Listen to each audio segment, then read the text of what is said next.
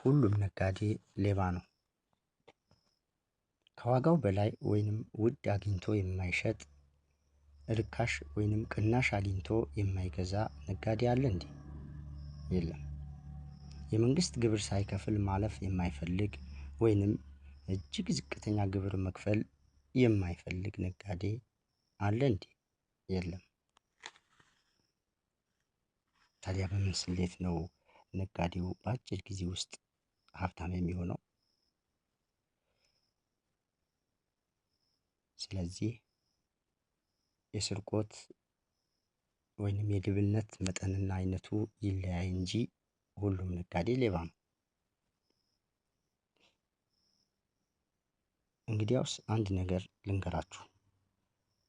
መንግስት ደግሞ ከነጋዴው ላይ ግብር የሚሰበስበው ወይንም ነጋዴው ግብር የሚከፍለው ከህዝብ ከሰረቀው ወይንም ከዘረፈው ላይ ነውና መንግስት ከነጋዴው የሰበሰበው ግብር በአግባቡ ለህዝብ መሰረተ ልማት አገልግሎት ካዋለ እንዲህ አይነቱ መንግስት የህዝብ እንባ ጠባቂ ፖሊስ ነው ማለት ሲሆን፣ መንግስት ከነጋዴው የሰበሰበው ግብር ለግል ጥቅም ወይንም ለሆዱ ካዋለ ግን እንዲህ አይነቱ መንግስት የሌባ ተቀባይ ፖሊስ ነው ማለት ነው።